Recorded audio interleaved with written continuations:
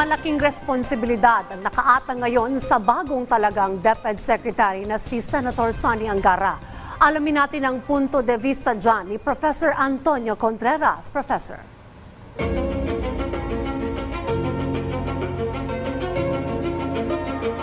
Good morning, Dayan. Alam nyo, wala naman duda na kwalipikado si Senator Angara sa Department of Education. Nakita naman natin kanina sa balita ang patong-patong na kwalifikasyon niya. At marami siyang nagawang batas tungkol o related sa education. Walang duda yon. At sabi nga ni Senator Risa Hontiveros, sa ngayon, mabuti na lang at ang naitalaga ng Pangulong Marcos sa isang kwalipikadong sekretary. Ngunit ang hamon na haharapin talaga ni Senator Angara ay napakabigat. At dapat ipagdasal ng mong bayan na sana makayanan niya.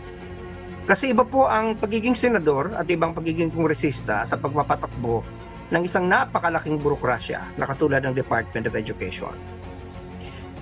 Kailangan ito ng ibang skill. Hindi ko pinagdududahan ang kakayahan ni Senator Angara. Subalit, dapat nating ipagdasal na sana makayanan niya at napakakomplikado ng hamon. Una na dyan, ang pagpapataas ng antas ng kalidad ng pagtuturo sa ating bansa. Alam naman natin na mayroon tayong naharap na krisis sa edukasyon at nakikita natin yan sa mga mabababang mga score ng ating mga estudyante sa mga tests. At ang pagpapataas ng kalidad na yan, kailangan tingnan ng curriculum, tingnan ng mga approaches sa pagtuturo, at dapat pataasin din ang budget ng Department of Education. At kasama na dyan ang infrastruktura. Hindi pwedeng pataasin ang kalidad ng edukasyon kung kulang ang classroom. Hindi well-equipped. Lagi natin pinag-uusapan, napakainit ng classroom. Kung hindi natin yan pagagandahin para mas lumamig pag tag-init o mainit ang panahon. Hindi ba?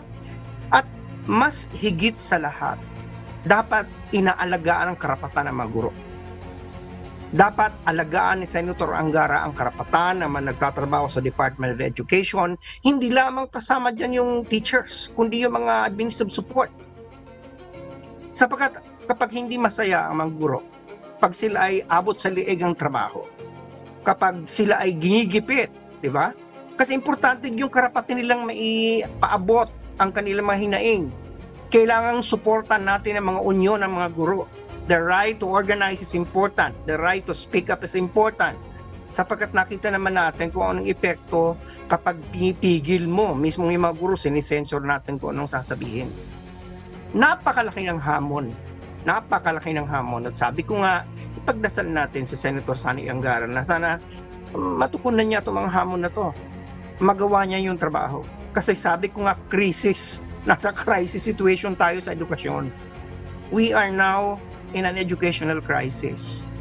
Kailangan aralin ang K-12. Kailangan pagandahin ito. Kailangan tingnan kung sapat ba na ang mga nilalaman nito.